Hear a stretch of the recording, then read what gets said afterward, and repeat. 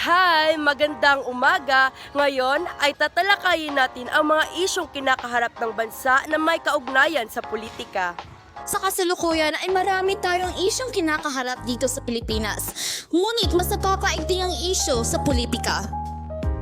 Mula sa pagkakakulong ng ating dating Pangulo na si Rodrigo Roa Duterte sa The Hague at ang kasalukuyang isyu patungkol sa impeachment trial ng ating Vice Presidente na si Sara Duterte. Noong Hunyo 30, 2022 ay naloklok si Ferdinand Marcos Jr. o Bongbong Marcos bilang presidente ng Pilipinas. Sa kanyang pagkaloklok ay marami siyang ipinangako sa ating bayan at mga pagpapabuti na nais niyang isagawa. Makalipas ang 3 taon ay wala pa rin nagaganap na pagbabago. Isa pa rito ay ang hindi magandang pagganap ng mga opisyalis at ahensya ng gobyerno. Ano nga ba ang hakbang na gagawin ng presidente matapos niyang bigyan ng babala na umalis sa daan kung hindi nila ginagawa na maayos ang kanilang trabaho? Ang umupo ang ating presidente na si BBM ay tila mas lumalala pa ang kaganapan ng ating bansa. Mas tumataas ang krimen at bumababa ang potensyal ng ating bansa. Samahan niyo ako upang maghanap ng ating mapagtatanungan patungkol sa isyong pampolitika.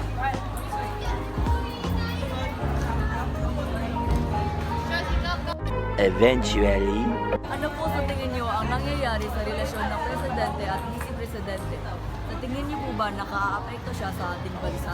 Oo, nakaka-apekto yun sa bansa dahil the both family is known sa politics, like nagka-crush na, tapos ang mga voters is like compare na kung kinsa ang mas better na presidency or term nila sa term nila kung sila ginabuhat or something.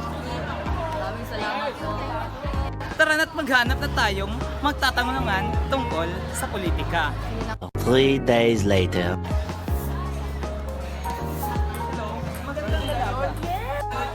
May tatanungin ko tungkol sa ang politikang issue natin. Tanungan yan. Sa iyong opinion, kung ibang nakaupo ngayon bilang Pangulo natin, maging ganitong kagulo pa rin ba ang ating bansa?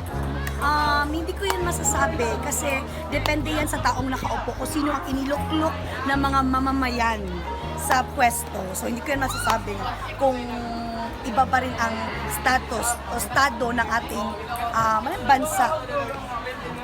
Grabe no? Kahit ang mga kabataan ngayon ay alam na kung ano ang nangyayari sa ating bansa.